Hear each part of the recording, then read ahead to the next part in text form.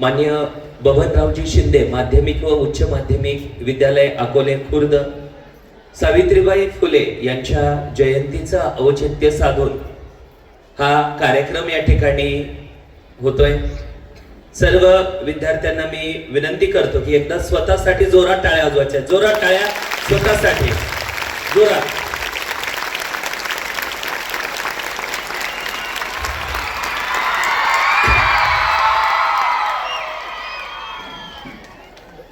विद्येविना मती गेली, मतीविना निधी गेली, निधीविना गती गेली, गतीविना वित्त गेले, वित्तविना शूद्र खचले, एवढे अनर्थ एका अविद्यतेने झाले। महात्मा ज्योतिराव फुले आणि सावित्रीबाई फुले यांच्या विचारांचा वारसा चालवत शिक्षण क्षेत्रामध्ये ही संस्था काम करते आणि त्या माध्यमातूनच आजचा हा होणारा कार्यक्रम। सगळ्यांनी ताड बसा, डोक्यातले सगळे विचार बाजूला काढून टाका। पुढचे 40 मिनिटं तुमच्या आयुष्यातलं सगळ्यात एक बेस्ट स्पीच मी इथं तुमच्यासाठी देणार आहे। आज तुमच्यासाठी या कार्यक्रमासाठी मी उपस्थित आहे, त्यामुळं शेजारचा मित्र काय म्हणते, मैत्रीण काय म्हणते, हे काय म्हणतंय, ते काय म्हणतंय, हे सगळं सोडून द्या।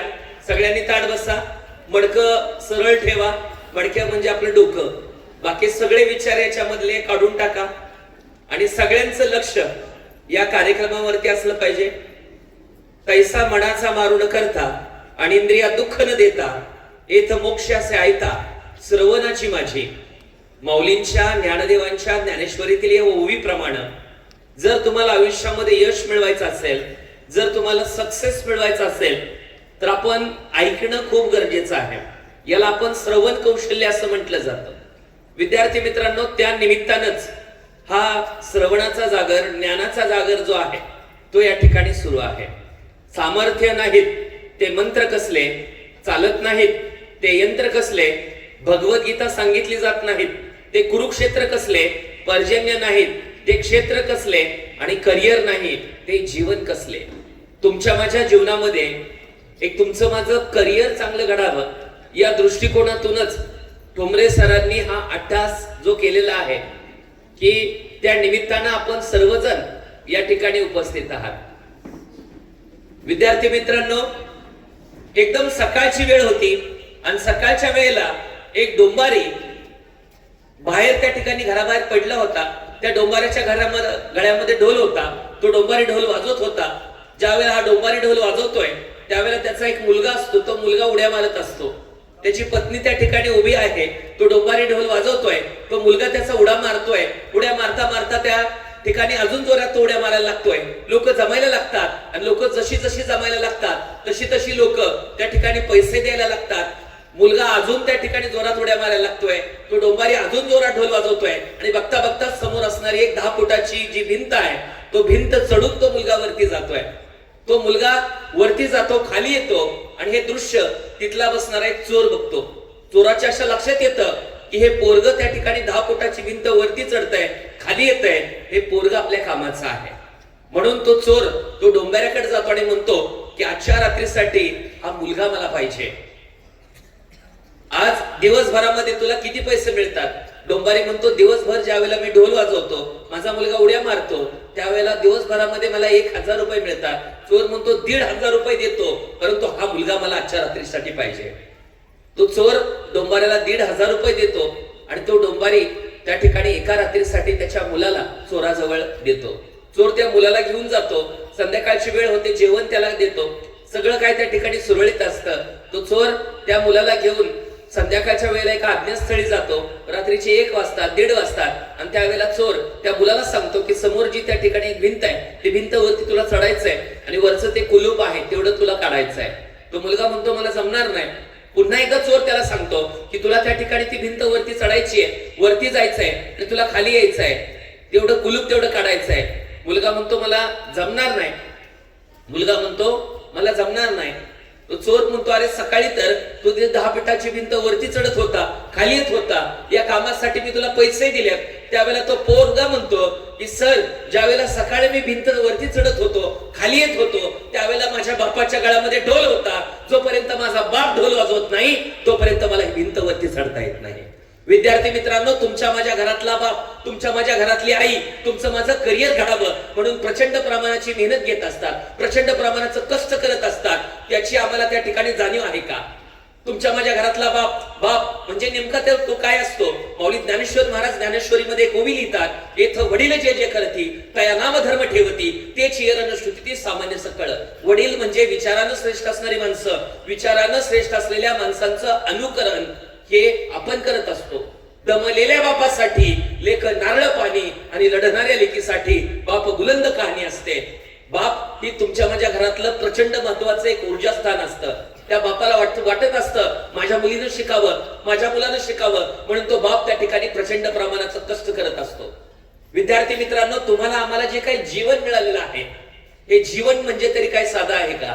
श्रीमद भगवद्गीता आम्हाला सांगते, दुर्लभ मनुष्य देहम, माणसाचा जन्म मिळणं ही जगातली सगळ्यात दुर्लभ गोष्ट आहे.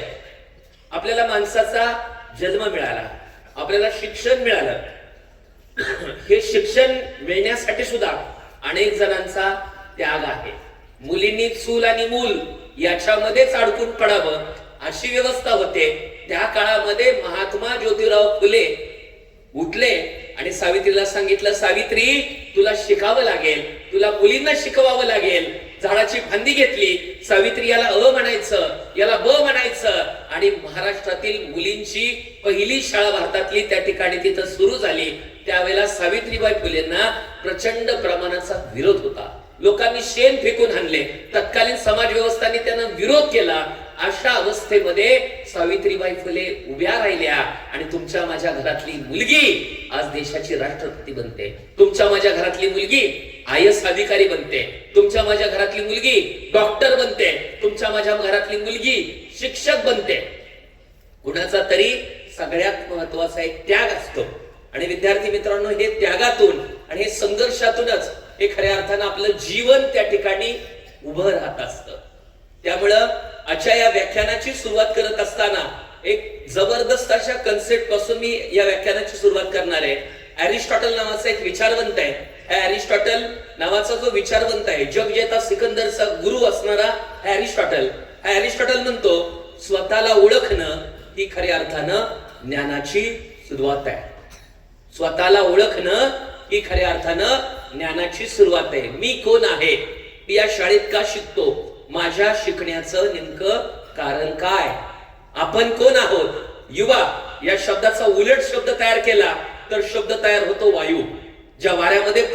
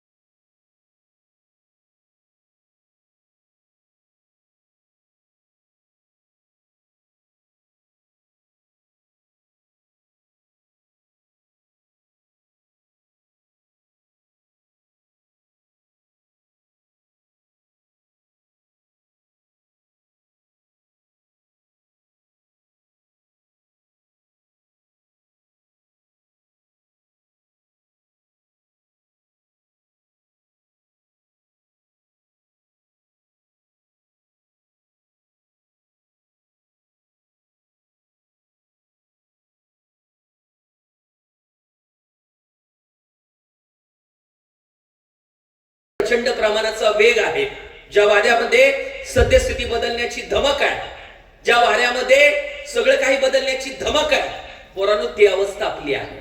बाबा आमटे म्हणतात की तरुण कोणाला म्हणायचं की जो असा टेकून बसलाय, इकडे बसलाय, असा बसलाय, याला तरुण नाही म्हणायचं, ताट बसायचं. तरुण कोणाला म्हणायचं, ज्याच्याकडे 3 ता आहेत त्याला तरुण म्हणायचं. जो तेजस्वी आहे, जो तपस्वी आहे आणि जो तत्पर आहे.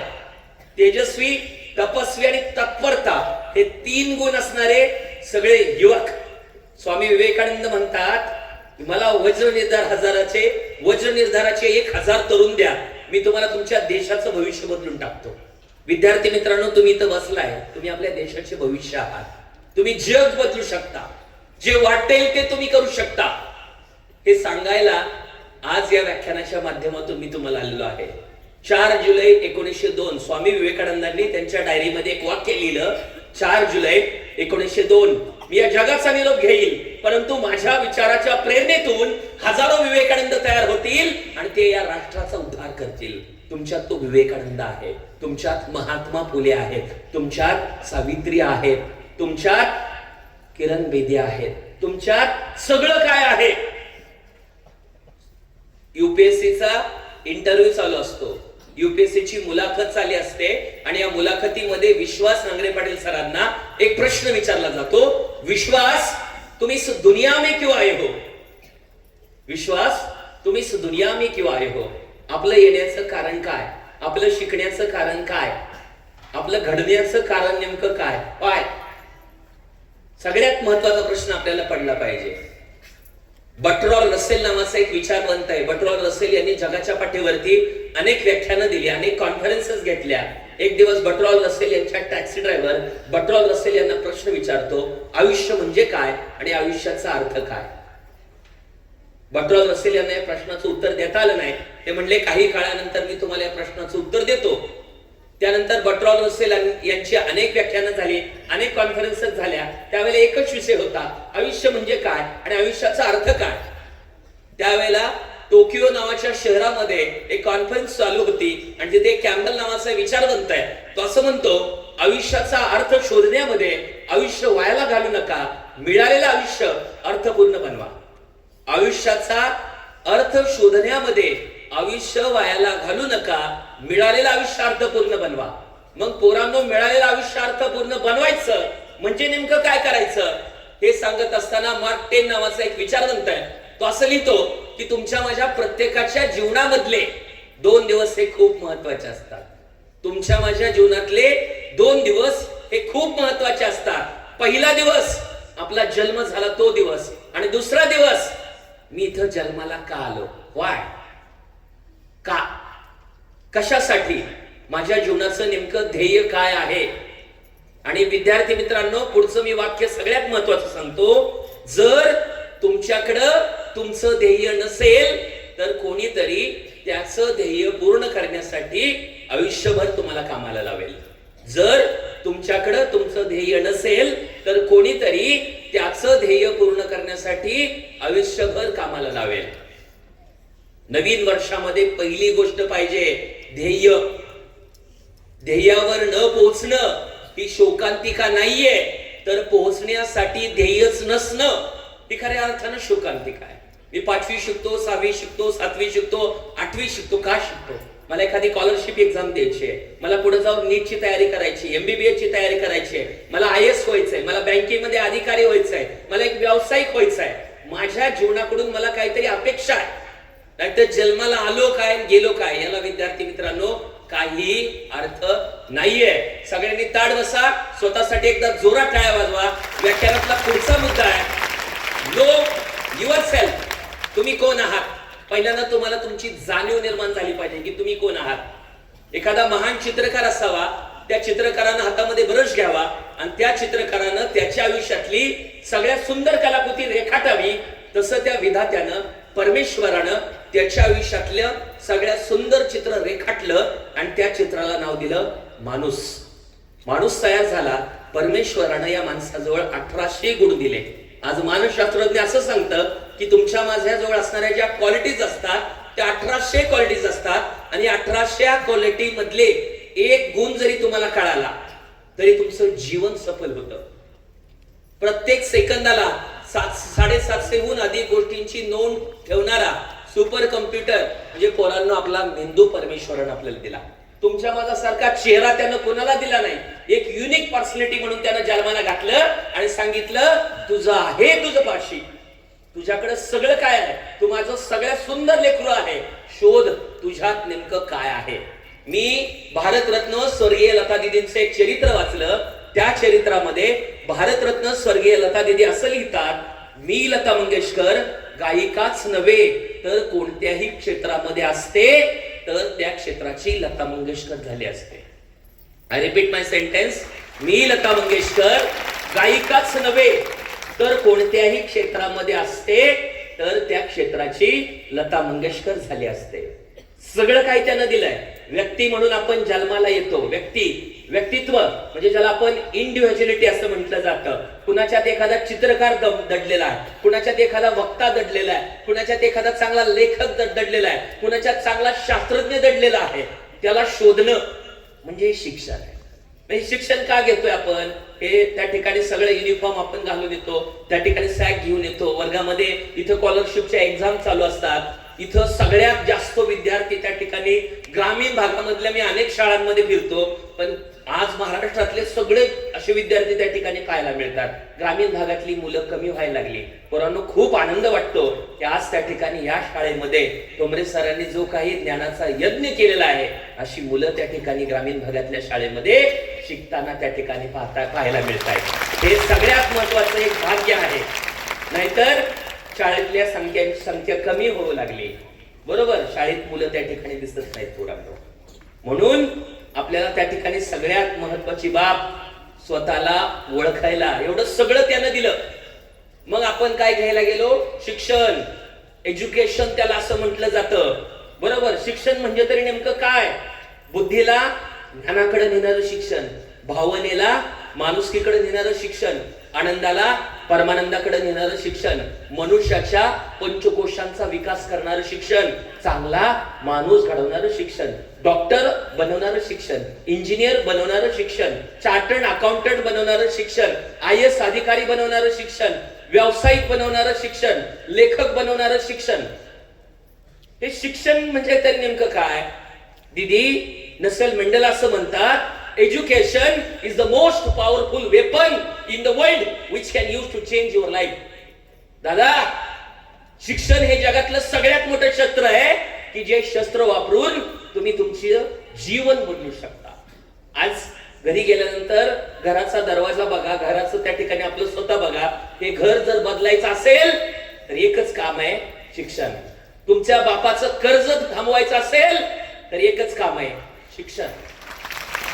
तुमच्या माय जे घरामध्ये त्या ठिकाणी प्रचंड प्रमाणामध्ये काम करते, त्या माईचं काम थांबवायचं असेल तर एकच गोष्ट आहे, शिक्षण.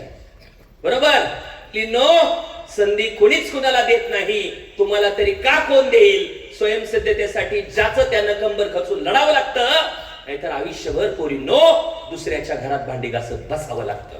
जर नाही शिक्षण घेतलं तर त्या ठिकाणी पोरींनो लय अवघड त्या ठिकाणी काम आहे. पोरांनो, त्या ठिकाणी हे शिक्षण तुम्हाला बदलणार आहे.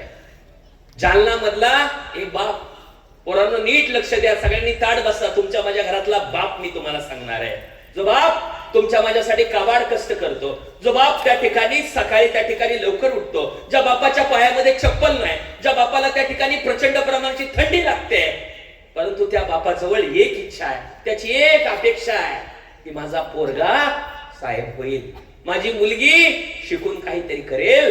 पोरांनो, जालना मधला एक बाप आहे, जालना मधला एक बाप, दुसऱ्याच्या शेतामध्ये सालानं काम करणारा एक बाप. सालानं काम करणं म्हणजे पोरांनो माहित असेल, नीट बसायचं.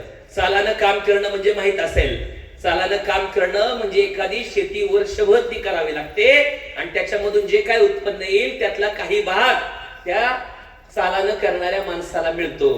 तो बाप पिढ्यानं पिढ्यात एका मालकाची शेती त्या ठिकाणी पोरींनो त्या ठिकाणी करतोय, सालानं करतोय, काबाड कष्टाने करतोय. परंतु त्याच्या घरामध्ये ज्यावेळेला मुलगा जन्माला येतो त्यावेळेला त्याला वाटतं माझ्या पोरानं शिकावं, माझ्या पोरानं काहीतरी करावं, माझ्या पोरानं त्या ठिकाणी शिकून मोठं व्हावं, मी दुसऱ्याची शेती करतोय, माझ्या पोरानं शेती विकत घ्यावी. असं त्या ठिकाणी त्या बापाला वाटतं. आणि तो बाप त्या ठिकाणी त्या पोराला घेऊन त्या ठिकाणी शाळेमध्ये जातो. शाळेत गेल्यानंतर एका त्या ठिकाणी मालकाला अगोदर विचारतो, मालक माझ्या पोराला शाळेत घालायचं आहे, काय करू? मालक म्हणतात, अरे पोराला शिकून काय बॅरिस्टर करायचंय का काय? पोराला शिकून काय बॅरिस्टर करायचंय का काय? पोरांनो, तो पोरगा पहिला शब्द त्याच्या कानात जातोय, बॅरिस्टर. पोराला घेऊन तो बाप त्या ठिकाणी शाळेत जातो आणि मुख्याध्यापकांना म्हणतो की या मुलाला शाळेत टाकायचंय. मुख्याध्यापक म्हणतो, एक कार्ट्या नीट उभा राहा. पोराच्या डोक्यामध्ये पोराच्या डोक्यामध्ये दुसरा शब्द जातोय, कार्ट. दोन शब्द त्या पोराच्या डोक्यामध्ये आहे. पहिला शब्द त्या ठिकाणी विचार करतोय बॅरिस्टर, दुसरा शब्द आहे कार्ट. विद्यार्थी मित्रांनो, तो पोरगा शाळेत जायला लागतो. त्या पोराच्या जीवनामध्ये दोन पर्याय आहेत. शाळेत येणं, भात खाऊन जाणं, मित्रांबरोबर गप्पा मारत जाणं, कुठेतरी टवळ्या करणं, फेसबुक वापरणं, इंस्टाग्राम वापरणं, चॅटिंग करणं, मित्राबरोबर कुल्फी खात बसणं, मूवीला जाणं.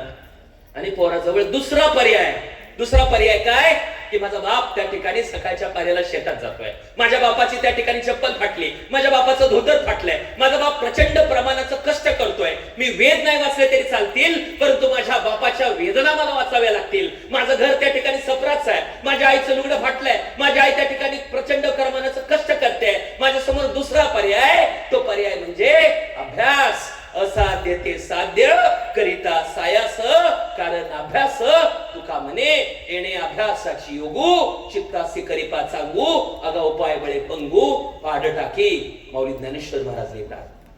मित्रांनो, हे पोरग त्या ठिकाणी अभ्यास करायचं ठरवतं. अभ्यास करायचं ठरवल्यानंतर ते पोरग प्रचंड प्रमाणाचा अभ्यास करतं. आणि आजच्या व्याख्यानामधला सगळ्यात महत्वाचा एक मंत्र मी तुम्हाला सांगतो. यशाचं सगळ्यात महत्वाचं रहस्य आहे सातत्य. पाण्याच्या आणि दगडाच्या युद्धामध्ये नेहमी पाणी जिंकतं, ताकदीच्या जोरावर नाही तर सातत्याच्या जोरावर. सातत्यानं ते पोरग अभ्यास करतं आणि पोरांनो, ते पोरग एक दिवस MBBS डॉक्टर बनतं. MBBS डॉक्टर झाल्यानंतर ते पोरग एवढ्यावरती थांबत नाही. कोकणामध्ये काम करत असताना विंचू दंशावरती संशोधन करतं. ते संशोधन करताना सुद्धा ते थांबत नाही. एक दिवस क्लिनिक मध्ये बसताना त्या पोराच्या कानामध्ये पहिला शब्द पडतो बॅरिस्टर आणि दुसरा शब्द पडतो काट. ते पोरग पेन आणि वही घेऊन लिहायला बसतं आणि पोरांनो, ते पोरग एक पुस्तक लिहितं. पुस्तकाचं नाव आहे बॅरिस्टरचं कार्ट आणि लेखकाचं नाव आहे डॉक्टर हिम्मतराव बावस्कर. आणि यांना 2023 चा भारत सरकारचा पद्मश्री पुरस्कार जाहीर होतो. ज्यावेळेला पद्मश्री पुरस्कार जाहीर होतो त्यावेळेला ते त्या ठिकाणी बापाला घेऊन त्या ठिकाणी विमानामध्ये चाललेत. बाप शेजारी बसलाय, पोराच्या हातामध्ये पुस्तक आहे, पुस्तकाचं नाव आहे बॅरिस्टरचं कार्ट. पोरगा विचार करतोय, प्रचंड प्रमाणाचं कष्ट माझ्या बापाने घेतले, प्रचंड प्रमाणाची मेहनत घेतली, मीही त्या ठिकाणी अभ्यास केला आणि आज त्या ठिकाणी पद्मश्री नावाचा पुरस्कार त्या ठिकाणी मिळतोय. बापाच्या डोळ्यामध्ये अश्रू आहे, पोराच्या डोळ्यामध्ये सुद्धा अश्रू आहेत. पण पोरांनो, हे अश्रू त्या ठिकाणी बापाच्या डोळ्यामध्ये मुलगी पळून गेली म्हणून नाही तर पोराला पद्मश्री मिळालाय म्हणून नाही. तुमच्या सुद्धा जीवनामध्ये हा दिवस तुमच्या बापाच्या आयुष्यामध्ये आणायचा आहे का? तुमच्या माझ्या घरातला बाप त्या ठिकाणी प्रचंड प्रमाणाची मेहनत करतोय, विचार करतोय. पोरांनो, आई या शब्दाचा अर्थ आहे आ म्हणजे आत्मा, नी म्हणजे ईश्वर. मी हे जे आज लेक्चर तुम्हाला सांगतोय, हजारो वर्षापूर्वी प्रभू रामचंद्रांच्या गुरूंचं नाव आहे वसिष्ठ मुनी. वसिष्ठ मुनींना प्रभू रामचंद्रांना वसिष्ठ मुनी ज्यावेळेला शिकवत होते त्यावेळेला पहिली गोष्ट सांगितली सत्यवद, धर्मचर, मातृदेव भव, पितृदेव भव, आचार्य देव भव आणि अतिथी देव भव. ही त्या काळामध्ये त्यांना दिलेली शिकवण होती. पोरांनो, आई या शब्दाचा अर्थच आहे आ म्हणजे आत्मा आणि ई म्हणजे ईश्वर. परमेश्वरानंतर त्याचं तयार केलेलं जगातलं सगळ्यात सुंदर व्यक्तिमत्व म्हणजे ती आई असते, जी स्वतः अंतयात्रा भोगते आणि जी तुमची माझी जीवन यात्रा सुरू करते ना, तिला आई म्हटलं जातं. आई प्रचंड प्रमाणाची मेहनत घेत असते. पोरांनो, एक आई आपल्या मुलाला घेऊन बाजारात चाललेली असते. समोरून एक टांगेवाला येत असतो. आई त्या पोराला विचारते की बाळ, तुला मोठं झाल्यानंतर काय व्हायचंय? ते मुलगा छोटा असतो, तो म्हणतो आई मला टांगेवाला व्हायचंय. आईला वाईट वाटतं की माझा मुलगा म्हणतोय मला टांगेवाला व्हायचंय, परंतु पोरांनो ती आई असते. आई एक बाजारामधून फोटो आणते आणि तो फोटो असतो भगवान श्रीकृष्णांचा.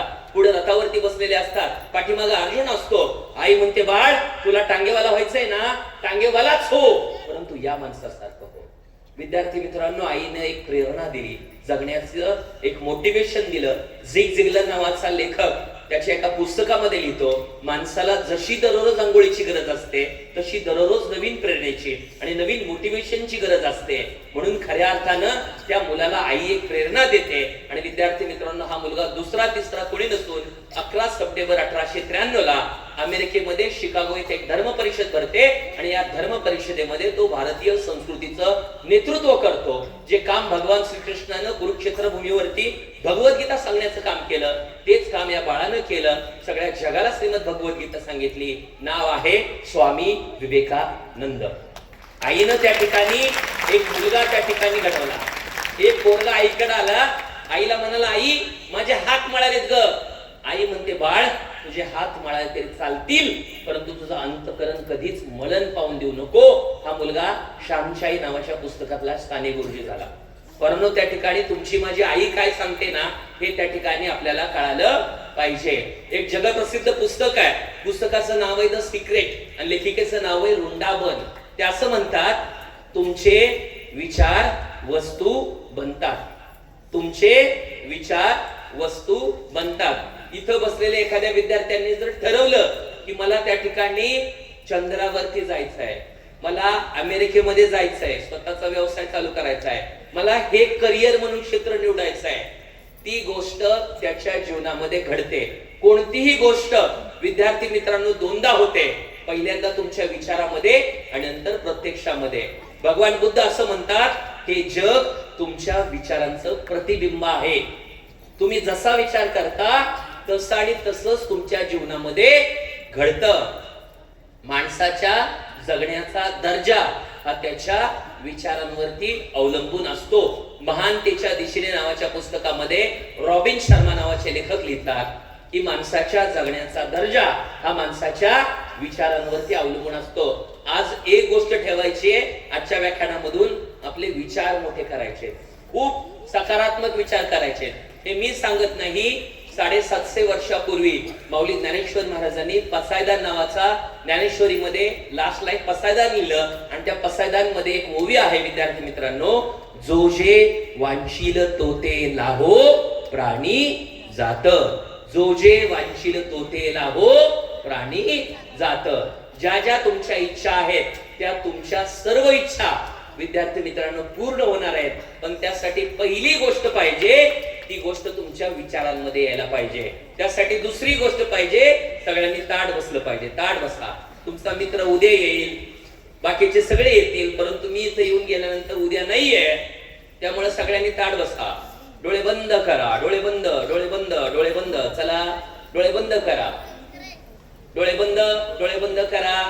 सगळ्यांनी हसू नका, जोक नाही करत मी. सगळ्यांनी ताठ बसा, डोळे बंद. डोळे बंद केले सगळ्यांनी. 2 मिनिटासाठी विचार करा की तुम्ही तुमच्या आयुष्यामध्ये स्वतःला कुठं पाहताय. मनातल्या मनात विचार करायचा, बोलायचं नाहीये. लहान मुलांनी लहानपण देगा देवा, जगद्गुरु राष्ट्रसंत तुकाराम महाराज म्हणतात. शांत बसा, डोळे बंद करा. तुम्ही स्वतःला कुठं पाहताय. लास्ट इकडे आई बाप जर आपल्या जीवनातून वजा केले ना, तर ग्लोबल हंगर इंडेक्स नुसार जगामध्ये कितीतरी लोकांना 2 वेळचं अन्न मिळत नाही, भूक लागता जीव तळमळतो. काय सांगू मी कसा, पाण्यामधला मासा तडफडतो पाण्याविना जसा. ही अवस्था त्या ठिकाणी आहे. त्यामुळे चांगल्या गोष्टी तुम्हाला ऐकायला मिळत आहेत, ते व्यवस्थित त्या ठिकाणी तुम्ही ऐका. या प्रकारच्या व्याख्यानाला तिकीट काढून त्या ठिकाणी लोक येतात, बरोबर. तुम्हाला इथं मोफत मिळतंय, त्याची किंमत तुम्हाला कळायला हवी. आज काहीतरी घेऊन जायचे. सगळ्यांनी ताठ बसा, विचार करा. पहा, जो तुम्ही विचार करणार आहात ते तुमच्या जीवनामध्ये घडणार आहे. आता इकडे सगळ्यांनी लक्ष द्या, सगळ्यांनी लक्ष द्या. डोळे उघडा. उत्तर प्रदेशमध्ये एक मुलगा जन्माला आला. ज्यावेळेला हा मुलगा जन्माला आला त्यावेळेला घरातले सगळेजण रडत होते, सगळे रडत होते. कारण कोणाला समजत नव्हतं. कारण असं होतं, जन्मताच हा मुलगा अंध आहे. त्या मुलाची आई म्हणते, काही झालं तरी या मुलाला वाढवायचं, काही झालं तरी त्याला मोठं करायचं आहे. कारण ती आई असते आणि ती आई असते. त्या मुलाला मोठं करायचं ठरवलं जातं, मुलाला शाळेत पाठवतात. मुलगा ज्या वेळेला मोठा होतो, शाळेत येतो, त्यावेळेला सगळे मुलं तिला चिडवतात, अंध मुलगाला, अंध मुलगाला, अंध मुलगाला. मुलाचं डेली रुटीन चालू असतं. विद्यार्थी मित्रांनो, तुमचं माझं जीवन बदलायचं असेल तर 3 गोष्टींमुळे जीवन बदलतं: व्यक्ती, परिस्थिती, घटना. तुम्हाला एखादी व्यक्ती येईल, काहीतरी सांगेल, तुमचं जीवन बदलेल. एखादी परिस्थिती तुमच्या जीवनामध्ये येईल, तुमचं जीवन बदलेल. एखादी घटना तुमच्या जीवनामध्ये घडेल, तुमचं जीवन बदलेल. हा मुलगा जो आहे, हा मुलगा विद्यार्थी मित्रांनो, शाळेत रस्ता ओलांडत असताना एक दिवस मुलगा आणि वडील जिल्ह्याच्या गावाला जातात. रस्ता ओलांडत असताना मुलाला थांबावं लागतं. मुलगा वडिलांना प्रश्न विचारतोय, पिताजी हम यहाँ पर क्यों रुके हैं? वडील म्हणतात, बेटा यहाँ से हमारे जिले के कलेक्टर साहब जा रहे हैं, इसीलिए हम रुके हैं. मुलगा प्रश्न विचारतोय, पिताजी ये कलेक्टर क्या होता है? वडील म्हणतात, बेटा बहुत बड़े साहब होते हैं, बहुत बड़े राजा होते हैं. मुलगा प्रश्न विचारतोय, पिताजी क्या मैं कलेक्टर बन सकता हूं क्या? वडील म्हणतात, बेटा तू तो अंध है, तेरे भाग्य में कहा है, तू नहीं बन सकता. मुलगा एवढ्यावरती थांबत नाही. मुलाच्या डोक्यामध्ये प्रश्न गेलाय. जिल्ह्याचा अधिकारी, जिल्ह्याचा राजा म्हणजे कलेक्टर, म्हणजे आयस मला बनायचं आहे. मुलगा शाळेत जातो आणि त्यांच्या गुरुजींना भेटतो आणि म्हणतो, मास्टर जी क्या मैं कलेक्टर बन सकता हूं क्या? मास्टर जी म्हणतात, बेटा तू तो अंध है, तेरे भाग्य में कहा है, तू नहीं बन सकता. मुलगा एवढ्यावरती थांबत नाही. मुलगा म्हणतो, मास्टर जी हमारे देश में अभी तक कोई भी अंध आदमी कलेक्टर नहीं बना क्या? मास्टर जी म्हणतात, बेटा हमारे देश में अभी तक कोई भी अंध आदमी कलेक्टर नहीं बना, इसीलिए तो मैं तुझे कहता हूं तू नहीं बन सकता. मुलगा म्हणतो, मास्टर जी अगर हमारे देश में अभी तक कोई भी अंध आदमी कलेक्टर नहीं बना ना, इसीलिए तो मैं बनना चाहता हूं. आजपर्यंत नाही ना माझ्या गावातून चार्टर्ड अकाउंटंट झालं, मला व्हायचंय. आजपर्यंत नाही ना एम्स मधून MBBS कोण झालं, मला व्हायचंय. नाही ना कोण IAS अधिकारी झालं, मला व्हायचंय. हे जोपर्यंत तुम्हाला वाटत नाही मला व्हायचंय, तोपर्यंत ती गोष्ट तुमच्या जीवनामध्ये घडत नाही. विद्यार्थी मित्रांनो, हा मुलगा ठरवतो आणि यशाचं रहस्य आहे की सातत्य. मगाशी मी तुम्हाला सांगितलं, तो सातत्याने अभ्यास करतो. तुम्हाला काय मिळतं ते यश नसतं, तर तुम्ही काय बनता त्याला खऱ्या अर्थानं यश असं म्हटलं जातं. विद्यार्थी मित्रांनो, तो अभ्यास करत राहतो, अभ्यास करत राहतो, अभ्यास करत राहतो आणि 2008चा भारताचा UPSCचा निकाल लागतो. आणि 2008च्या भारताच्या UPSCच्या निकालामध्ये उत्तर प्रदेशमध्ये जन्मलेला, अंध असलेला, ज्याला वाढवायचं का नाही तो प्रश्न होता, तो कृष्ण गोपाल तिवारी नावाचा भारतातला पहिला अंध IAS होतोय. अंध असणारा मुलगा IAS अधिकारी. परंतु UPSCची परीक्षा द्यावी लागते. त्यासाठी ठोंबरे सर इथं तुमची जी काही शालेय स्तरावरील स्पर्धा परीक्षांचा सराव करतात, ते कशासाठी आहे की पुढे जाऊन ह्या शाळेतली मुलं शालेय स्तरावरच्या ज्या पुढच्या स्पर्धा परीक्षा आहेत की त्याच्यामध्ये नीट नावाची स्पर्धा परीक्षा आहे. जर तुम्हाला MBBS करायचं असेल तर NEET, national eligibility cum entrance test, ही परीक्षा आहे. त्यासाठी 11वी 12वी सायन्स करावं लागतं.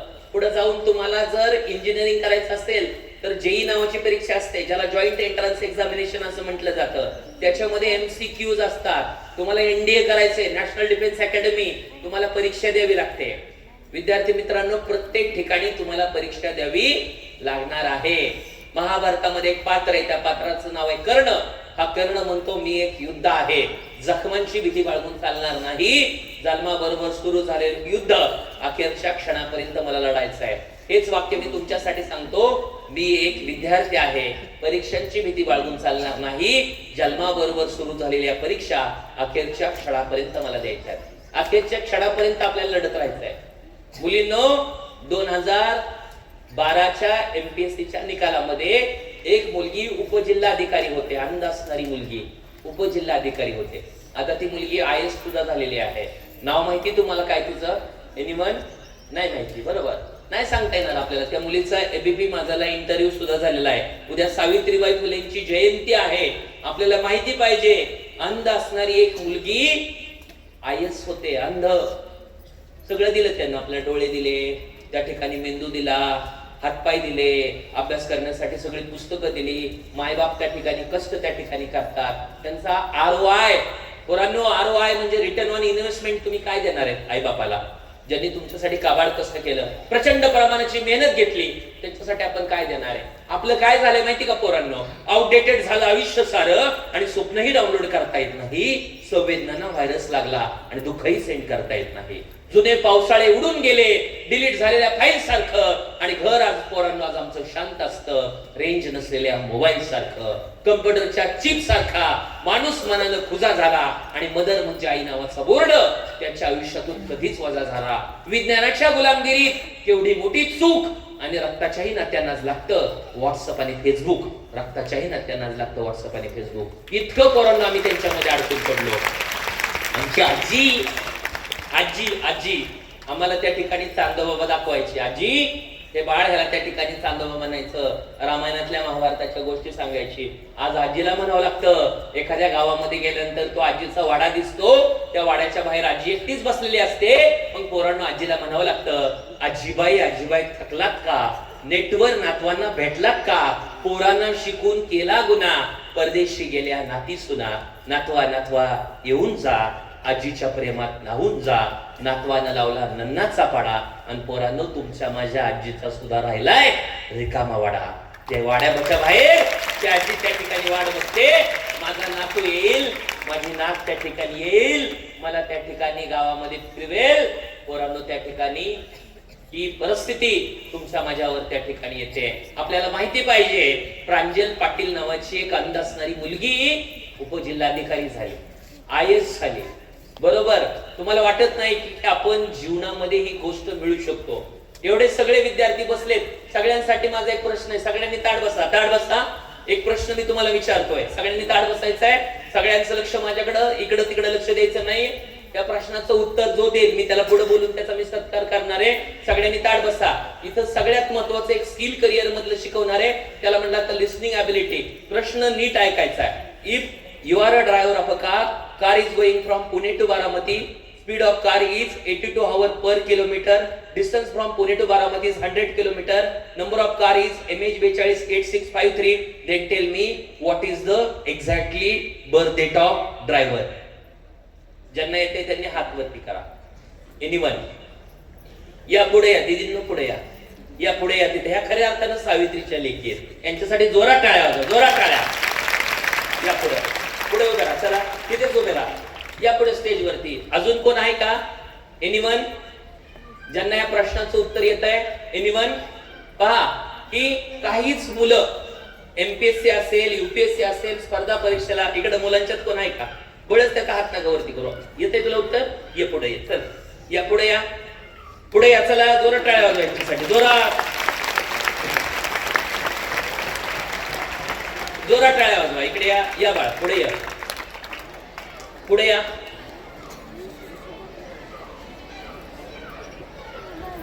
अजून टिक 1, टिक 2, 3, 4, 5, 6, 7, 8, 9, 10.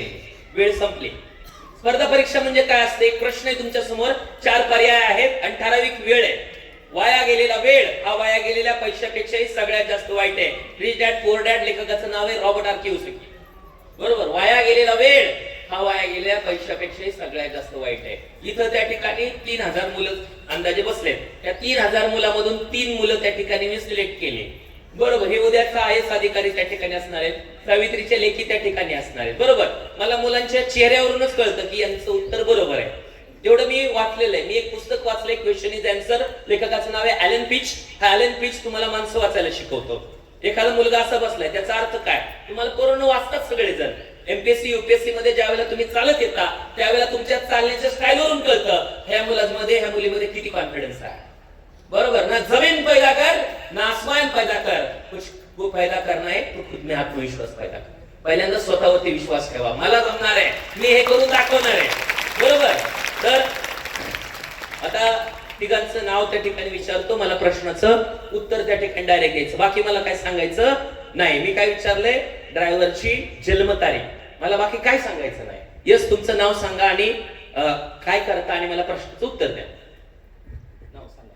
माझं नाव सुरवसे ऋतुजा संतोष. मी 12th मध्ये आहे, सायन्स मॅथ्स ग्रुप. उत्तर 18/11/2008. जोरात टाळ्या वाजवायच्या. मी शीतल मुटकुळे. माझी बर्थडे आहे 1/4/2008. जोरात टाळ्या वाजवायच्या. Myself Prithviraj Sudarshan Shelke. My age is birthday विचारले, what is the exactly birthday of driver? exactly birthday of driver is 15 years. किती? 15. 15. तुझं वय 15 वर्ष आहे. तुझी जन्मतारीख सांग. 3 April 2011. 11. यस. तू कुठल्या क्लासमध्ये आहे? Class 9. क्लास 9. तर पहा, या सगळ्यांसाठी जोरात टाळ्या वाजवा. जोरात जोरात जोरात टाळ्या. बरोबर. ही स्पर्धा परीक्षा काय असते पहा. इथं बसलेल्या सगळ्यांसाठी एक संधी होती. सगळ्यांसाठी एक प्रश्न होता आणि या प्रश्नाचं उत्तर देणारे फक्त 3 लोक मला त्या ठिकाणी इथं सापडली. बरोबर. तर या 3ही लोकांनी बरोबर उत्तर दिलेलं आहे. यांच्यासाठी पुन्हा एकदा जोरात टाळ्या वाजवा. आता या पोरांना उत्तर दिलेलं कळालेलं नाही. त्यांनी हात वरती करा की सर प्रामाणिकपणे. भगवान बुद्ध म्हणतात 3 गोष्टी जगामध्ये लपून राहू शकत नाही. चंद्र, सूर्य आणि सत्य. ज्यांना येत नाही, उत्तर सांगितलेलं कळालं नाही, त्यांनी हात वरती करा. हात वरती करा. Raise your hand, raise your hand, raise your hand, raise your hand, raise your hand. Okay. Yes. हा मला प्रामाणिकपणा कळाला तुमचा सगळ्यांचा. जोरात टाळ्या स्वतःसाठी. जोरात. पहा, नीट इकडे लक्ष द्या. माझा प्रश्न काय होता पहा. तुम्ही सगळ्यांनी फक्त ऐकलं आणि यांनी काय केलं? लक्ष देऊन ऐकलं. यांनी काय केलं? लक्ष देऊन ऐकलं. माझा प्रश्न काय होता? If you are a driver of a car. तुम्ही कारचे ड्रायव्हर आहात. कार पुण्याहून बारामतीला चाललेली आहे. कारचा नंबर हा आहे. एवढं एवढं अंतर आहे. एवढं एवढं स्पीड आहे. आणि लास्टला मी विचारलं की तो जो कार चालवणारा ड्रायव्हर आहे म्हणजे तुम्ही आहे, त्याची जन्मतारीख किती? हे फक्त किती लोकांना देता आलं? 3 लोकांना. बरोबर. अशी 3 लोक सिलेक्ट होतात स्पर्धा परीक्षांमध्ये. यांच्यासाठी जोरात टाळ्या. मी ठोंबरे सरांना विनंती करेल की त्यांचा खरंच या 3 जणांचा आपण एक बुके वगैरे देऊन त्यांचा सत्कार करावा. ही एक खरंच खूप छान मुलं आहेत, मुली आहेत की ज्यांनी या प्रश्नाचं उत्तर दिलं. खऱ्या अर्थानं ते त्या ठिकाणी खूप चांगल्या पद्धतीनं ते ऐकतायत. जोरात टाळ्या यांच्यासाठी विद्यार्थी मित्रांनो. नीट लक्ष द्या. आता परत तुम्हाला सगळ्यांना संधी. तुम्हाला इकडे यायला आवडेल का? Yes or no? So I repeat my second question. दुसरा प्रश्न आहे. नीट सगळ्यांनी ऐकायचं. एकदम सकाळची वेळ होती. मी बाजाराला चाललेलो होतो. समोरून मिस्टर आणि मिसेस एक्स येत आहेत. त्यांच्या बरोबर त्यांची 2 मुलं आहेत. 2 मुलांबरोबर 2 मांजरांची पिल्लं आहेत. 2 मांजरांच्या पिल्लांबरोबर 2 कुत्र्याची पिल्लं आहेत. तर सकाळच्या वेळेला बाजारात जाणाऱ्यांची संख्या किती? ज्यांना येते त्यांनी हात वरती करा.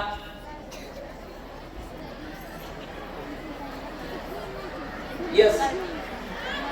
8 आन्सर. 2, 3, 4, 5.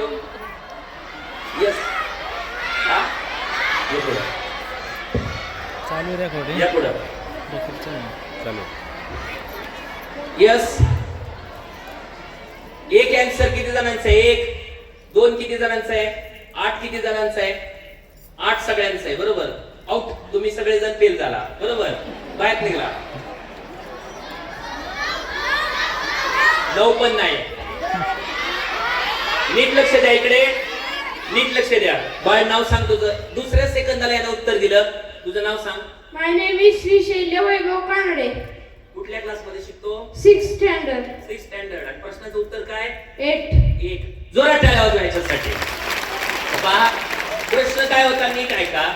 एकदम सकाळची वेळ होती. मी बाजाराला चाललेलो होतो. समोरून मिस्टर आणि मिसेस एक्स येत आहेत. त्यांच्याबरोबर त्यांची 2 मुलं आहेत. 2 मुलांबरोबर 2 कुत्र्याची पिल्ले आहेत. 2 मांजराची पिल्ले आहेत. तर सकाळच्या वेळेला बाजारात जाणाऱ्यांची संख्या किती? फक्त यात उत्तर काय होतं? 1. यानं उत्तर बरोबर दिलेलं आहे. जोरात टाळ्या वाजवा याच्यासाठी. याचा सुद्धा सत्कार त्या ठिकाणी इथं करण्यात येतोय. मॅडमला मग सांगतो सर कोणीतरी येऊन याचा सत्कार करा. की मुलांना पहा की शिव खेरा यांचं एक पुस्तक आहे. पुस्तकाचं नाव आहे यश तुमच्या हातात. ते असं म्हणतात, winner don't do different things, they do things differently. विजेते वेगळ्या गोष्टी करत नाहीत, तर प्रत्येक गोष्ट वेगळेपणानं करतात. खूप खूप शुभेच्छा. म्हणजे पहा की दुसऱ्या मिनिटाला त्यानं उत्तर दिलं की या पद्धतीनं पोरांनो त्या ठिकाणी आपण लक्षपूर्वक ऐकलं पाहिजे. आजपासून तुम्हाला एक गोष्ट सांगतो, आजपासून काय करायचंय तुम्हाला, जे तुम्हाला शिकवलं जाणार आहे ते तुम्हाला काय करायचंय, लक्षपूर्वक ऐकायचं आहे. बरोबर. माऊलींची एक ओवी आहे, याला कॉर्पोरेट मध्ये लिसनिंग अबिलिटी असं म्हटलं जातं. 750 वर्षापूर्वी माऊली ज्ञानेश्वर महाराजांनी एक ओवी लिहिली, तैसा मनाचा मारू न करता आणि इंद्रिया दुःख न देता इथं मोक्षाचे आयता श्रवणाची माझी. तुम्ही चांगलं ऐकत राहा, तुमचं जीवन त्या ठिकाणी बदलणार आहे. पोरांनो, doctor APJ Abdul Kalam sir, त्यांचे वडील त्या ठिकाणी नाव चालवण्याचं काम करायचे. नाव चालवत असताना त्या ठिकाणी प्रचंड प्रमाणाची मेहनत घ्यायची आहे. परंतु ज्यांचा मुलगा, ज्यांचे वडील त्या ठिकाणी नाव चालवतात, मुलगा पुढे जाऊन doctor APJ Abdul Kalam sir बनतात, देशाचे राष्ट्रपती बनतात. त्यांचं एक वाक्य आहे, महान सपने देखने वालों के महान सपने हमेशा पुरे होते हैं. एकमेकांचा शर्ट ओढू नका रे पोरांनो. नीट मी काय सांगतोय तुम्हाला, महान सपने देखने वालों के महान सपने हमेशा पुरे होते हैं. स्वप्न बघा, ती जगा, तुमच्या जीवनामध्ये त्या ठिकाणी बदल घडणार आहे. असे जगावे दुनियामध्ये आव्हानाचे लावून अत्तर, नजर रोखुनी नजरेमध्ये आयुष्याला द्यावे उत्तर. नको गुलामी नक्षत्रांची, भीती आंधळ्या तारखांची, आयुष्याला भेटताना चैन करावी सोहळ्यांची. असेल ज्याची इच्छा दांडगी, मार्ग तयाला मिळतील सत्तर, नजर रोखुनी नजरेमध्ये आयुष्याला द्यावे उत्तर. पुणे विद्यापीठाचे माजी कुलगुरू doctor Arun Adsul sir, MPSC चे सदस्य, आपल्या करमाळ्याचे आहेत. पहा, ज्या विद्यापीठामध्ये शिकू शकले नाहीत त्या विद्यापीठाचे कुलगुरू झाले. त्यांनी एक पुस्तक लिहिले, पुस्तकाचं नाव आहे न बेचता. त्याच्यामध्ये त्यांचं एक जबरदस्त वाक्य आहे, पळ काढून कसं चालेल, बळ तर लावावंच लागेल. शिफारस पत्रावरती कसं भागेल, गुणवत्ता तर सिद्ध करावीच लागेल. पोरांनो, गुणवत्ता सिद्ध करावी लागणार आहे. आज एका मिनिटामध्ये 1.5 कोटी व्हॉट्सअप मेसेज, 15 कोटी ईमेल्स, 35 लाख गुगल सर्च आणि 41 लाखाहून अधिक युट्यूबला व्हिडिओ केले जातात. जग प्रचंड प्रमाणामध्ये गतिमान होत चाललेलं आहे. 16व्या शतकामध्ये 4 वंशजांनी जगावरती राज्य केलं, फ्रेंच, पोर्तुगीज, डच आणि ब्रिटिश. कारण होतं, यांनी समुद्रावरती राज्य केलं होतं, समुद्रावरती जहाजं बांधली होती, बंधारं निर्माण केली होती.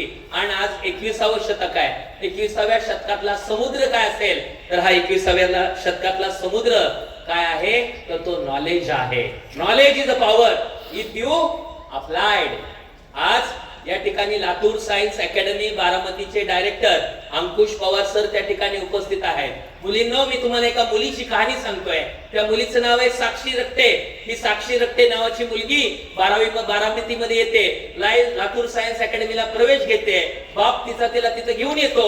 मुलीसमोर त्या ठिकाणी 2 पर्याय आहेत, अभ्यास करायचा का नुसता येणारा दिवस घालायचा. मुलींनो, त्या मुलीने अभ्यास केला आणि ती मुलगी एम्स हैदराबाद मध्ये MBBS करते. एम्स म्हणजे काय हे मी तुम्हाला सांगतो. AIIMS stand for all India institute of medical science. त्याच्यासाठी तुम्हाला नीट नावाची परीक्षा द्यावी लागते. नीट नावाची परीक्षा देऊन तुमचा MBBS ला ऍडमिशन होतं. MBBS साठी देशामधून 23 लाख पोरं त्या ठिकाणी फॉर्म भरतात. त्यातले 22 लाख पोरं त्या ठिकाणी फॉर्म भरतात. महाराष्ट्रामध्ये असणाऱ्या जागा किती आहेत, तर 1,10,000च्या आसपास त्या ठिकाणी MBBSच्या जागा आहेत. त्यातल्या 50% जागा गव्हर्नमेंटच्या आहेत, 50% जागा प्रायव्हेटच्या आहेत. आणि पोरांनो, एका तुमच्या मार्काची किंमत 1.5 करोड रुपये आहे. लक्षात ठेवा, एका मार्कची किंमत किती आहे, 1.5 करोड. 2 करोड एवढं त्या ठिकाणी पैसे द्यावे लागतात. आणि लातूर सायन्स अकॅडमीची साक्षी रक्ते नावाची मुलगी की ज्यांनी त्या ठिकाणी MBBS केलं. सरांचं एक 10वी नंतर काय हे पुस्तक सुद्धा प्रकाशित झालेलं आहे. सरांना विनंती करतो की सरांनी पुढे यायचंय. सर तुम्हाला दिसतील. प्राध्यापक अंकुश पवार सर, ते स्वतः MSc केमिस्ट्री गोल्ड मेडलिस्ट त्या ठिकाणी आहेत. आणि त्यांच्या बरोबर भोंग सर आहेत. भोंग सर या पुढे. की सरांचा त्या ठिकाणी बायोलॉजी आहेत की हीच आहेत. हे आजपर्यंत 100+ MBBS डॉक्टर यांनी त्या ठिकाणी घडवलेले आहेत. जोरात टाळ्या वाजवण्यासाठी. माऊलींची एक ओवी आहे, अगा विश्वचे धामा तुझा प्रसाद उच्चंद्रमा करू मज पौर्णिमा स्फूर्तीची जी. पौर्णिमेचा चंद्र जर स्फूर्ती निर्माण करत असेल तर गुरु जो असतो तो स्फूर्ती निर्माण करत असतो. सरांचा एक विद्यार्थी आहे की त्यानं MST CET नावाची परीक्षा दिली. पोरांनो, COAP college of engineering Pune मधून त्यांना इंजिनिअरिंग केलं. 48 लाख रुपयाचं त्याला पॅकेज आहे. ज्या मुलाला 12वीला ऍडमिशन घ्यायला पैसे नव्हते त्या मुलाला पवार सरांनी, गोरे सरांनी, अक्षय सरांनी मोफत शिकवलं. आज 48 लाख रुपयाचं पॅकेज तो घेतोय. शिंदे नावाचा एक मुलगा आहे. तो शिंदे नावाचा मुलगा जर तुम्ही पाहिलं तर तो इंडियन नेव्ही मध्ये त्या ठिकाणी काम करतोय. सगळं बदलण्याची धमक. एक पुस्तक, एक लेखणी आणि एक शिक्षक जग बदलू शकतो. त्यामुळं आपलं जीवन बदलण्यासाठी शिक्षकच खूप महत्वाचा आहे. तर पवार सरांना मी एक प्रश्न विचारेल. पवार सर, लातूर सायन्स अकॅडमीच्या माध्यमातून लातूर पॅटर्न अगदी तुम्ही 2017 पासून बारामतीमध्ये रन करताय. आजपर्यंत अनेक डॉक्टर विद्यार्थी घडवले, अनेक इंजिनियर घडवले. हा लातूर पॅटर्न नेमका काय आहे आणि तो बारामतीमध्ये तुम्ही कशा पद्धतीने राबवताय? सर्वात प्रथम ठोंबरे सरांचं खूप खूप धन्यवाद की त्यांनी आम्हाला इथं आमच्याबद्दल माहिती सांगण्यासाठी बोलवलं. तर बारामतीमध्ये 2016 सालापासून आम्ही लातूर सायन्स अकॅडमी या नावाने अकॅडमी चालवत आहोत. त्यामध्ये JEE, जी एक्झाम IIT आणि NIT साठी ॲडमिशन घेणाऱ्या मुलांसाठी देता येते त्याचा स्टडी आम्ही करून घेतो. दुसरी एक्झाम नीट एक्झाम, ज्या थ्रू मुलांना MBBS, BAMS, BHMS यासारख्या कोर्ससाठी ॲडमिशन घेता येते. तर त्या कोर्सचा स्टडी करण्यासाठी सुरुवातीच्या काळामध्ये मी, आमचे मित्र मुंडे सर म्हणून आहे, आम्ही सर्वांनी लातूर, कोटा या शहरांचा अभ्यास केला. तिथे चालणारी जी शिक्षण पद्धती आहे ती ॲडॉप्ट केली आणि ती शिक्षण पद्धती ॲडॉप्ट केल्यानंतर तोच पॅटर्न आम्ही बारामतीमध्ये सध्या राबवत आहोत. त्या सर्व प्रवासामध्ये आजपर्यंत जवळजवळ 250च्या आसपास विद्यार्थी हे MBBS साठी गेलेले आहेत. जवळजवळ 100 ते 150 मुलं IIT मध्ये, NIT मध्ये शिक्षण घेत आहेत. सरांनी सांगितल्याप्रमाणे आमचे बरेचसे विद्यार्थी हे मल्टीनॅशनल कंपनीमध्ये लाखोंची, कोटींची पॅकेजेस घेत आहेत व ते सर्व आता खूप चांगल्या पोझिशनमध्ये समाजासाठी काम करत आहे. हा झाला अकॅडमिक पॅटर्न. दुसरा सगळ्यात महत्त्वाचा भाग असतो की विद्यार्थ्यांमध्ये शिस्त निर्माण करणं, या समाजामध्ये असे माणसं तयार करणं की जी सुशिक्षित असतील, सुसंस्कृत असतील व त्या सर्वांना चांगली शिस्त लावणं, चांगली वळण लावणं, यासाठी आमची लातूर सायन्स अकॅडमी कार्यरत आहे. असं पूर्ण माहिती मी लातूर सायन्स अकॅडमी बद्दल देतो. धन्यवाद सर. धन्यवाद सर. सर MSc केमिस्ट्री आहेत, गोल्ड मेडलिस्ट आहेत, सावित्रीबाई फुले पुणे विद्यापीठाची सेट एक्झाम क्वालिफाय आहे आणि अगदी काही महिन्यातच सरांच्या नावापुढे डॉक्टर सुद्धा लागते. हे सर PhD रिसर्च स्टुडंट सुद्धा आहेत. सरांसाठी एकदा जोरात टाळ्या वाजवा. पहा की केमिस्ट्री विषय अतिशय वेगळ्या पद्धतीने सर शिकवतात. त्यांच्याबरोबर भोंग सर सुद्धा आहेत. भोंग सर लातूर सायन्स अकॅडमीला बायोलॉजी शिकवतात. सर की साक्षी रट्टे नावाची एका सर्वसामान्य कुटुंबातली मुलगी एम्सला जाते. काय त्या ठिकाणी वाटतं ते मुलांनी, सर्वसामान्य कुटुंबातली ही मुलं शालेय स्तरावरील स्पर्धा परीक्षा देताना त्यांनी नेमकं काय केलं पाहिजे? तुमच्या अनुभवातून काय सांगाल? सर्वप्रथम तर या ठिकाणी आम्ही लातूर सायन्स अकॅडमी आणि SVS जे काही महाविद्यालय आहे यांच्या संयुक्त विद्यमाने आम्ही या ठिकाणी आलेलो आहोत. तर सर्वात प्रथम मला हे सांगायचं आहे की लातूर सायन्स अकॅडमी हे जे काही आपण नाव दिलेलं आहे, तर बऱ्याच विद्यार्थ्यांना वाटतं की ही जी काही अकॅडमी आहे तर ही लातूरची अकॅडमी आहे. तर लातूर सायन्स अकॅडमी हे नाव देण्यामागं सगळ्यात महत्त्वाचं कारण काय आहे की आम्ही या ठिकाणी 2016-17 साली लातूर, राजस्थान, कोटा या ठिकाणी गेलो आणि त्या ठिकाणी तो पॅटर्न तिथं कसा चालतो, काय होतं हे सगळं आम्ही त्या ठिकाणी पाहिलं आणि तोच सेम पॅटर्न आपण काय केलं की बारामतीमध्ये राबवलेला आहे. आता सगळ्यात पहिल्यांदा की साक्षी रक्ते नावाची माझी जी काही स्टुडंट आहे तर या विद्यार्थ्यांना मी स्वतः बायोलॉजी शिकवतो आणि बायोलॉजी या विषयामध्ये हा जो झुलॉजीचा जो विषय आहे तर त्या विषयामध्ये त्या मुलीला माझ्यातर्फे मी 180 पैकी 180 मार्क दिलेले आहेत आणि दुसरा जो विषय आहे बॉटनी, बॉटनीमध्ये या मुलीला 180 पैकी 175 मार्क आपण त्या मुलीला मिळवून दिलेले आहेत.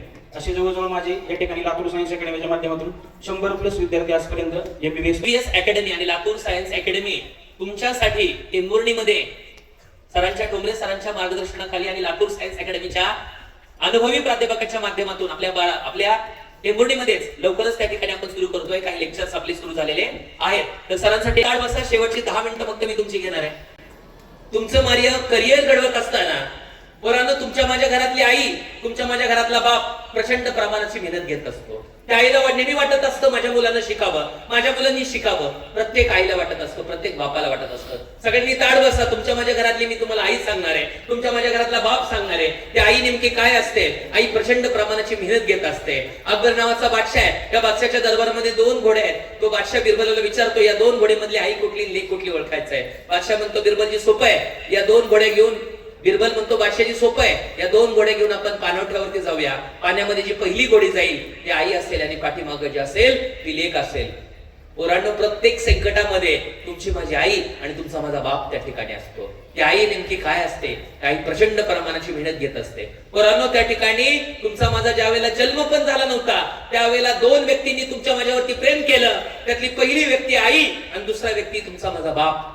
चेहरे पाहून प्रेम करणारे लाखो मिळतील, हजारो मिळतील, परंतु चेहरे न पाहता प्रेम करणारी 2च माणसं मिळतील, ते म्हणजे आई आणि दुसरा म्हणजे त्या ठिकाणी बाप. प्रचंड प्रमाणाची मेहनत घेतो. पोरांनो, त्या ठिकाणी ती आई ज्या वेळेला आपण पोटामध्ये असतो त्यावेळेला त्या आईला प्रचंड प्रमाणाच्या वेदना होतात. ज्या वेळेला आपला जन्म होतो त्यावेळेला आईला होणाऱ्या वेदना किती असतात? तर आईला होणाऱ्या वेदना असतात 43 डीबी. 43 डीबी याचा अर्थ की एखादा ऍक्सिडेंट झाल्यानंतर तुमची माझी जी ज्या वेळेला 50 ते 60 हाडकं फ्रॅक्चर होतील त्यावेळेला जेवढ्या वेदना होतात ना तेवढ्या वेदना पोरांनो त्या ठिकाणी आपल्या आईला झालेल्या असतात ज्यावेळेला आईने आपल्याला जन्म दिलेला असतो. तिच्यासाठी आपण अभ्यास करतो का? त्या बापासाठी अभ्यास करतो का? 9 महिने 9 दिवस जी पोटामध्ये आपल्याला सांभाळते ना तिला आई म्हटलं जातं आणि आयुष्यभर जो डोक्यामध्ये आपल्याला सांभाळतो ना त्याला बाप म्हटलं जातं. आयुष्यभर त्या ठिकाणी आपल्याला सांभाळत असतो. बरोबर? त्या ठिकाणी आपण लहान असतो, पोटातून बाहेर होतो, आपला जन्म हे होतो. जन्म झाल्यानंतर त्या आईला बापाला प्रचंड प्रमाणाचा आनंद होतो. आई बाप त्या ठिकाणी आनंदामध्ये असतात. बाप सगळीकडे पेढ वाटत असतो, मला मुलगी झाली, मला मुलगा झाला, मला मुलगी झाली, मला मुलगा झाला, असा आनंद त्या ठिकाणी बापाच्या चेहऱ्यावरती असतो. आपण पहिलीला गेलो, पोरांना आठवा पहिलीला शाळेतला पहिला दिवस की त्या पहिल्या दिवशी त्या ठिकाणी ती आई आणि बाप आपल्याला सोडवायला आले. तुम्हाला लागलेलं दप्तर त्यानं दिलं, तुम्हाला लागलेलं साहित्य त्यानं दिलं, पुस्तक दिलं, पाहिजे तो ड्रेस घेतला. दिवाळीचा सण ज्या वेळेला आला त्यावेळेला बापानं स्वतःला कपडे घेतले नाही, परंतु तुम्हाला मला त्या ठिकाणी ड्रेस दिला. तुमच्या माझ्या हातावरती वॉच दिलं, डिजिटल वॉच दिलं, अँड्रॉइड मोबाईल फोन दिला, त्याच्यावरचा रिचार्ज पोरांनो त्या ठिकाणी त्या बापानं केला. बाप प्रचंड प्रमाणाची मेहनत करतोय. मग आपल्याला त्या ठिकाणी ज्याला आपण ROI म्हटलं जातं, रिटर्न ऑन इन्व्हेस्टमेंट, आपण काय देणार आहे? पोरांनो, त्या ठिकाणी तो बाप असतो. बाप प्रचंड प्रमाणाची मेहनत घेतो. त्या ठिकाणी मुलीला शिकावं म्हणून त्याला वाटत असतो, तो सावकाराचं कर्ज काढतो आणि पोरीला त्या ठिकाणी शाळेत पाठवतो. कर्ज त्या ठिकाणी फेडता येत नाही, शेत घाट ठेवतो आणि तो पोरीला त्या ठिकाणी शिकवत असतो. पोरीनो त्या ठिकाणी ती मुलगी मोठी होते, शाळेला जाते आणि मोठं झाल्यानंतर आपणच म्हणतो, आई तुला काय कळतं? बाप वडिलांना म्हणतो, बाबा तुम्हाला काय कळतं? असं आपण पोरांनो त्या ठिकाणी म्हणत असतो. इकडे शांत बसा पोरांनो, शेवटची 5 मिनिटं राहिले, ताड बसा. तुमच्या माझ्या घरातली आई आणि तुमच्या माझ्या घरातला बाप त्या ठिकाणी सांगणार आहे. डोळे बंद करा, त्या आईला आठवा, त्या बापाला आठवा. त्या बापाने तुमच्या माझ्यासाठी काय केलं? प्रचंड प्रमाणाचं कष्ट केलं, प्रचंड प्रमाणाची वेदना त्यानं त्या ठिकाणी सहन केली. आपण मोठे झालो, मोठे झाल्यानंतर त्या ठिकाणी कॉलेजला जायला लागलो, कॉलेजला गेल्यानंतर कुणावर तरी प्रेम करायला लागलो. प्रेम या शब्दाचा अर्थ जे प्रेम म्हणजे प्रेरणा आणि मग म्हणजे ममता. मी मगाशी सांगितलं, चेहरे पाहून कधीच कुणावरती प्रेम करू नका, त्या आई बापाच्या कष्टावरती प्रेम करा. बीड मधला एक मुलगा आहे, मुलाचं नाव आहे संतोष खाडे. हा संतोष खाडे नावाचा मुलगा MPSC ची परीक्षा पास होतो, DYSP होतो. DYSP झाल्यानंतर संतोष खाडेला एक प्रश्न विचारला जातो, संतोष तुम्ही MPSC ची परीक्षा पास झाला, तुम्ही DYSP झाला, तुमच्या आयुष्यातली प्रेरणा काय? त्यावेळेला संतोष खाडे नावाचा मुलगा म्हणतो, सर गेली 17 वर्ष झालं माझा बाप त्याच्या हातामध्ये कोयता आहे, तो दुसऱ्याच्या शेतामध्ये जातोय, ऊस तोडतोय, तो कोयता धरून माझ्या बापाच्या हाताला गट्टे पडले. तोडेला ऊस माझ्या आईच्या खांद्याला देतोय. सर माझ्या बापाच्या हातातला कोयता आणि माझ्या आईच्या खांद्यावरचा ऊस ही माझ्या आयुष्यातली सर्वोच्च प्रेरणा आहे. पोरांनो, मी तुमच्या माझ्या घरातली आई, तुमच्या माझ्या घरातला बाप त्या ठिकाणी बघा. संतोष खाडे म्हणतोय, ज्या ज्या वेळेला मी घरी येतो त्यावेळेला त्या ठिकाणी MPSC चा अभ्यास करत असताना मला त्या ठिकाणी माझी आई दिसते, माझा बाप दिसतो. ज्या वेळेला पुस्तक उघडतो त्यावेळेला MPSC ही माझ्या आयुष्यातली सर्वात महत्वाची प्रेरणा आहे. आणि त्यासाठी आईबाप, ज्या पोरांचं मोटिवेशन त्यांचे आईबाप असतील ना पोरांनो, त्यांना दुसऱ्या कशाची गरज नाही. परंतु आज तुमच्या माझ्या घरातल्या बापावरती काय अडचण आली माहितीये का? पोरींनो, आठवा त्या बापाचा चेहरा. तो बाप प्रचंड प्रमाणाची मेहनत घेतोय, प्रचंड प्रमाणाचं कष्ट करतोय. तो बाप त्या ठिकाणी आपल्याला कॉलेजला सोडतोय, आपली वाट पाहतोय, बसची वाट पाहतोय, परंतु मुलगी घराकडे येत नाही. तो आईला म्हणतोय त्या ठिकाणी मुलगी आली नाही. आईचा सुद्धा चेहरा वाकीळ होतोय. 2 दिवस झाले तो बाप जेवला नाही, 2 दिवस झाले ती आई जेवली नाही. मुलीची वाट पाहतायत, शेजारचे त्या ठिकाणी म्हणतायत मुलगी आली नाही, सगळे त्या ठिकाणी विचार करतायत मुलगी आली नाही. बाप तो त्या ठिकाणी प्रचंड प्रमाणाचं कष्ट करतोय, प्रचंड प्रमाणाचं मेहनत घेतोय. तो त्या ठिकाणी विचार करतोय माझी मुलगी अजून कसं काय आली नाही, त्या मुलीची वाट पाहतोय. आणि नाईलाजानं तो बाप त्या ठिकाणी पोलीस स्टेशन मध्ये जातोय. पोलीस स्टेशन मध्ये गेल्यानंतर तो साहेब म्हणतोय, ए बाबा नीट उभा राहा. हे त्या ठिकाणी मुलीला शिकवलं का? हे संस्कार मुलीला दिलं का? तुला त्या ठिकाणी मुलीला चांगलं शिकवता आलं नाही का? कुठला ड्रेस घातला होता? कुणाबरोबर गेली होती? कुणाबरोबर पळून गेली का? अहो असं नका म्हणू ती माझी मुलगी आली नाही म्हणून बाप त्या ठिकाणी पोरीनो ढसढसा रडतोय. बाप प्रचंड प्रमाणाची मेहनत घेतोय. त्याला पहिला दिवस आठवतोय, शाळेतला पहिला दिवस आठवतोय, दुसरा दिवस आठवतोय, तिसरा दिवस आठवतोय. त्या मुलीसाठी आपण काय काय केलं? दमलेल्या बापासाठी लेक नारळ पाणी आणि लढणाऱ्या लेकीसाठी बाप बुलंद कहाणी. तो बाप बुलंद कहाणी. त्या बापाची आशा म्हणजे मुलगी आहे. मुलगी शिकली, प्रगती झाली. बापाला वाटायला लागलं त्या ठिकाणी बाप महिनाभर पोरीनं जेवला नाही. त्या बाप त्या ठिकाणी मुलीची वाट बघतोय. आणि त्या ठिकाणी 1 महिन्यानंतर त्या बापाला पोलीस स्टेशन मध्ये बोलवलं जात आहे. त्या ठिकाणी मुलगी येते, मुलीबरोबर त्या ठिकाणी एक मुलगा आहे. आणि त्या मुलीनं 1 वर्षापूर्वीच त्या ठिकाणी लग्न केलंय. तो पियाचा आहे. त्या बापाच्या हातावरती एक पत्र देतो. ते पत्र असतं कोर्ट मॅरेज पूर्ण झालेलं एक लेटर देतो.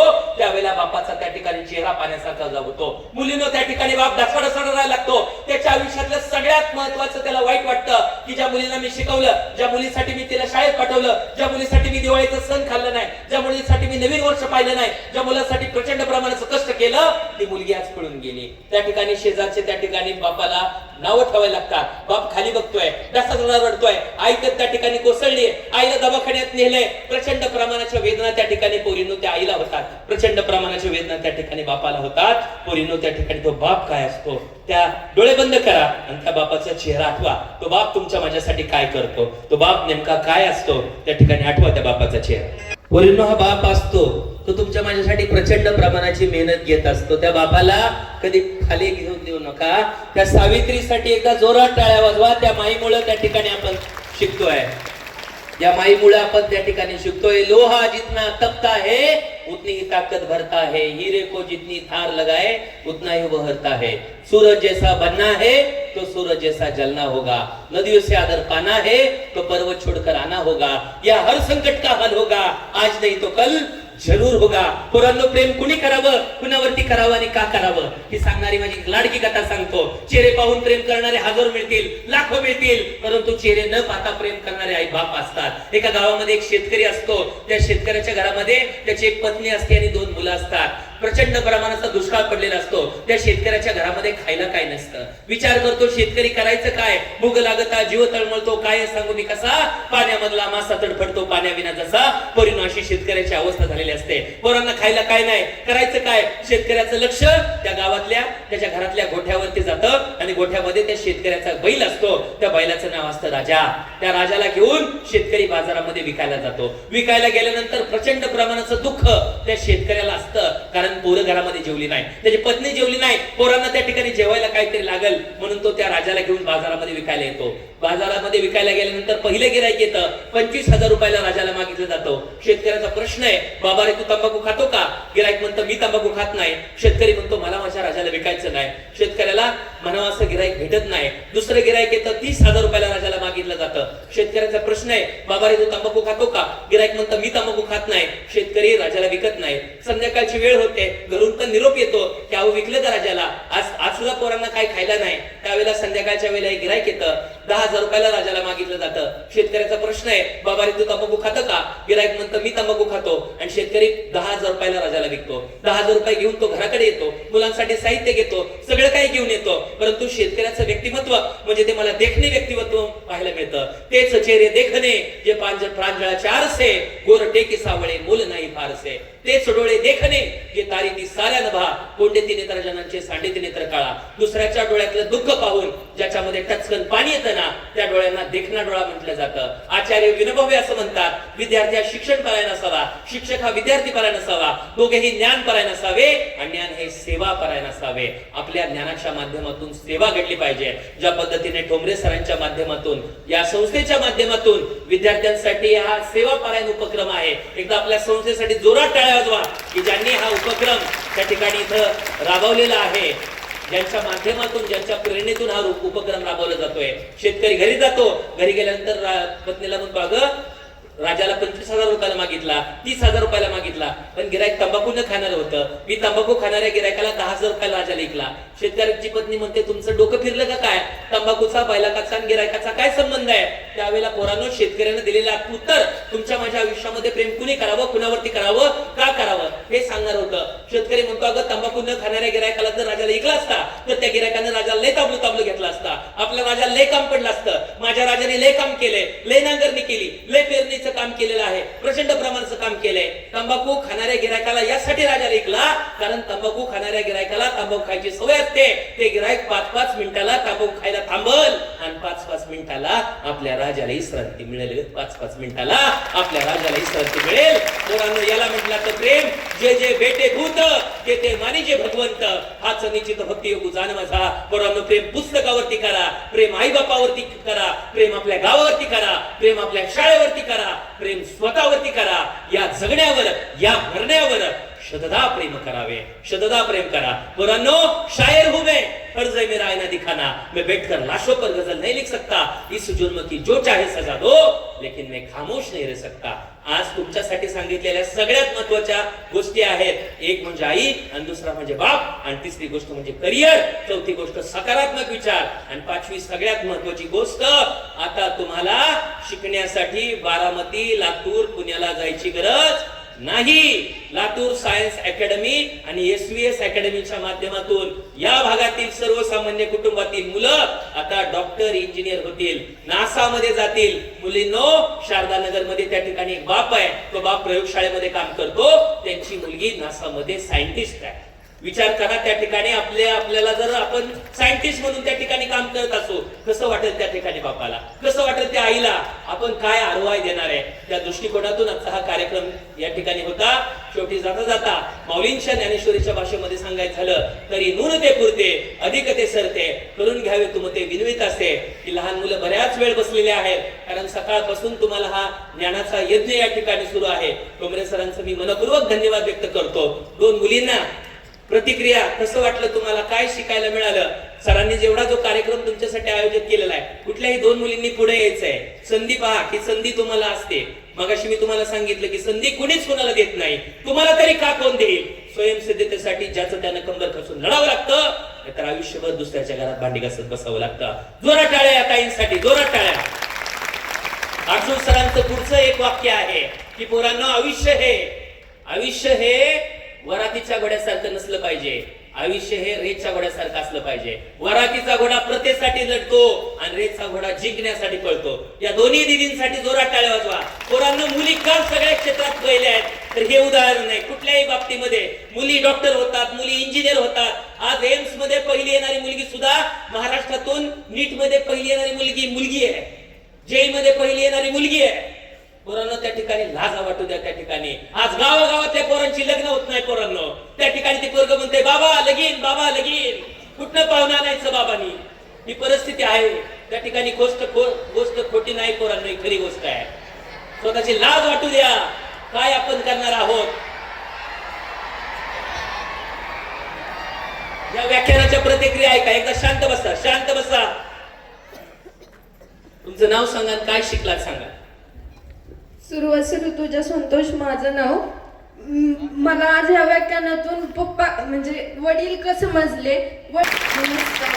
कॉलेजमध्ये शिकत आहे. माझे वडील म्हणजे असं हॉटेलमध्ये कामाला आहेत, ते पहाटे जातात. माझं नाव प्राजक्ता सोलवकर. म्हणजे सरांनी जसं सांगितलं की करिअर हे सरांनी जसं सांगितलं मोठे विचार ठेवा. मला पण खालच्याला सांगायचं की सगळ्यांनी मोठे विचार ठेवा की आपण जेवढं करतो म्हणजे आपल्याला माहिती आहे आपण कुठपर्यंत काय करू शकतो. हे प्रत्येकाचं माहित असतंय. प्रत्येकाला ओळखा पहिला आपण कुठपर्यंत जाऊ शकतो आणि आपले विचार उच्च ठेवा. आणि वडील आपण जे आपल्याला आता सरांनी दाखवून दिले की वडील आपल्याला दिसतंय कष्ट करतात वडील, तर आपण ते सत्यात उतरवायचा प्रयत्न करा की आपण वडिलांना आपण इथं बघतोय तर आपल्याला वडिलांना कुठं बघायचंय. आपल्याला आपण घेऊन गेलो तर वडील तिथं येतील. मला एवढं म्हणायचं. आपण जर आता रडत बसलो तर नाही होणार आहे. आपण ज्यावेळेस आपण वडिलांना न्यायचे आपल्या म्हणजे आपण स्वप्न बघाल त्यावेळेस वडिलांचं स्वप्न पूर्ण होईल. मला तर म्हणायचं मी माझ्या मम्मीचं माझ्या पप्पांचं जे स्वप्न बघितलंय ते मी पूर्ण करणार. आणि मला असं म्हणायचं की आपण नेलं तर वडील वर येतील, आपण जर न्यायची इच्छा ठेवली तर वडील वर दिसतील. मग तुम्ही खाली रडत बसण्यापेक्षा मला एवढंच म्हणायचंय, तुम्ही ती दमक ठेवा की आपण वडिलांचं स्वप्न पुरं करायचंय. रडत बसू नका, मला एवढंच बोलायचंय. जे आम्ही स्वप्न ठरवलंय ते करेन. थँक्यू. आई वडील जे आपल्यासाठी करते ते चांगलं असतं. आपल्याला कुठली गोष्ट वडील आई वडील सांगतात ते आपल्याला नाही वाटतं, ते नको.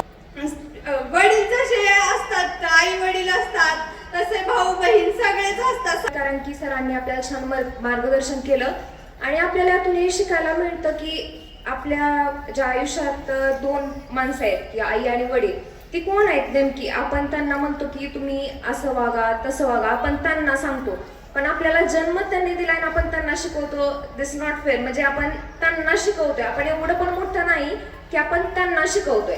आणि सरांनी सांगितल्याप्रमाणे की असे दोनच पर्सन्स आपल्या लाईफमध्ये आहेत की जे आपल्याला खरंच आपली प्रेरणा बनवू शकतात आणि आपल्याला एक चांगल्या मार्गावर नेऊ शकतात. आपण कित्येक वेळा आपल्या मैत्रिणींचं मित्रांचं बोलणं ऐकतो किंवा ते जे म्हणतील तसं करतो, पण हे प्रत्येक वेळेस नसतं. मित्र आपल्याला सोबत येऊ शकतो किंवा मैत्रीण आपल्या सोबत राहू शकते, पण आपल्याला मार्ग किंवा एखादी चांगली वाट दाखवण्यासाठी आपले आई वडील आपले खरे मार्गदर्शक आहेत. तसेच दुसरे मार्गदर्शक आपले गुरु, जसं की आपल्या ठोंबरे सरांनी तर आपल्या सगळ्यांसाठी छान अशी 2 व्याख्यानं उपलब्ध करून दिली आणि आपल्या सगळ्यांना एक चांगली संधी मिळवून दिली की आपण आपल्या आयुष्यासाठी काहीतरी चांगलं केलं पाहिजे. यासाठी त्यांनी छान असं मार्गदर्शन केलं आणि जास्त न वेळ घेता मी थांबते. त्यातून घ्यायचं काय म्हणलं तर सरांनी तासभर सांगितलेलं आहे, पण काय घ्यायचं ते तुमच्यावर डिपेंड आहे.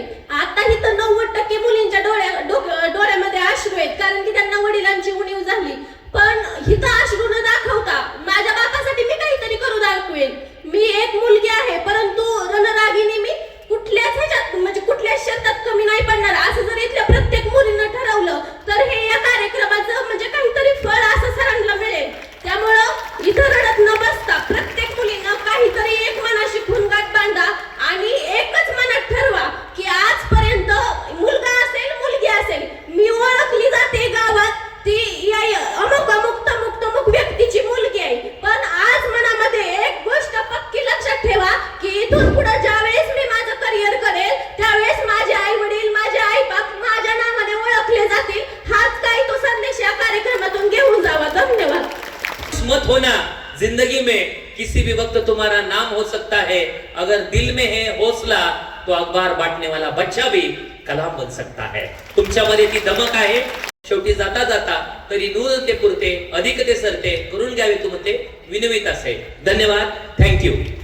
सन्माननीय वाबळे सर यांचं खूप खूप मनापासून अभिनंदन आणि आभार.